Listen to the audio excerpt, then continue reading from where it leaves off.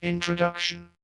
Lidl is a German supermarket chain that operates stores in every country that is a member of the EU, as well as Britain, Serbia, Switzerland, and the USA. As far as supermarkets go, it's one of the cheaper ones, and my goal in this video is to attempt to create an authentic carbonara with only the ingredients I am able to find in Lidl. Step 1. Acquiring ingredients. As I entered the store, I was sure I'd have to make one compromise. Biblically accurate carbonara calls for guanciale, which is the pig's cheek. I didn't really expect to find it, so I was looking for pancetta, which is supposedly an acceptable substitute. Call it fate if you want, but Lidl was having one of its Taste of Insert Place Here events, where they sell products that they wouldn't typically carry, and as luck would have it, it was the Taste of Italy, so I was able to find this guanciale. Next up was Pecorino Romano, which I couldn't find. I found this, but it was pre-grated, so I instead opted for Parmigiano Reggiano, because I'm pretty sure I heard both are acceptable. Nothing interesting about the next few ingredients. You've got eggs, which are just eggs, nothing special. Then you have pepper, which I have at home, but I could have got it from Lidl if I wanted to. And pasta. I just grabbed whatever looked fancy schmancy. Step 2.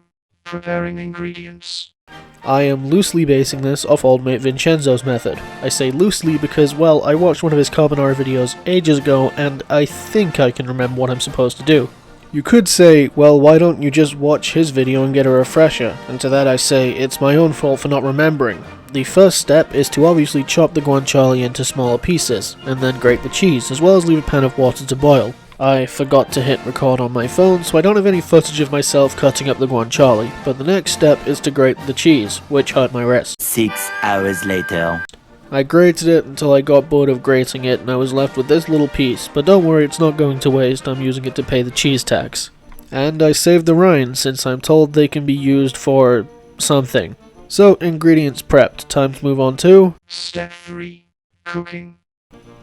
So, first I had to get some colour on the guanciale in the pan, which was simple enough. I just had to wait till it went from this to this. Although, I did question whether or not the pieces of guanciale were too big. Ignoring that concern, I put the linguine in the pan of water for 8 minutes. I realised halfway through that I hadn't hit record while making the egg and cheese mixture, but here's some of the process. I think it looks right. I harvested some pasta water before draining the pasta and adding it to the pan. Perhaps my most egregious mistake of this entire video was me trying to film myself adding the mixture to the carbonara. I really thought I'd done it, but I can't find it now that I'm editing this. Here's me adding pepper to the carbonara, and despite my many mistakes recording this, I think it looks good. Step 4. Taste test.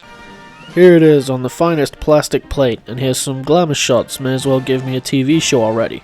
I decided to try a bit of pasta first of all, and it's good. Tastes predominantly of cheese, but that's not exactly a bad thing. The guanciale was also good. I still think the pieces were too big, but I enjoyed it. I know Italians say you can't use bacon for carbonara, but to me at least, the guanciale was similar in flavour to, say, unsmoked bacon lardons. Overall, I think carbonara is a pretty decent dish. I would give it a rating of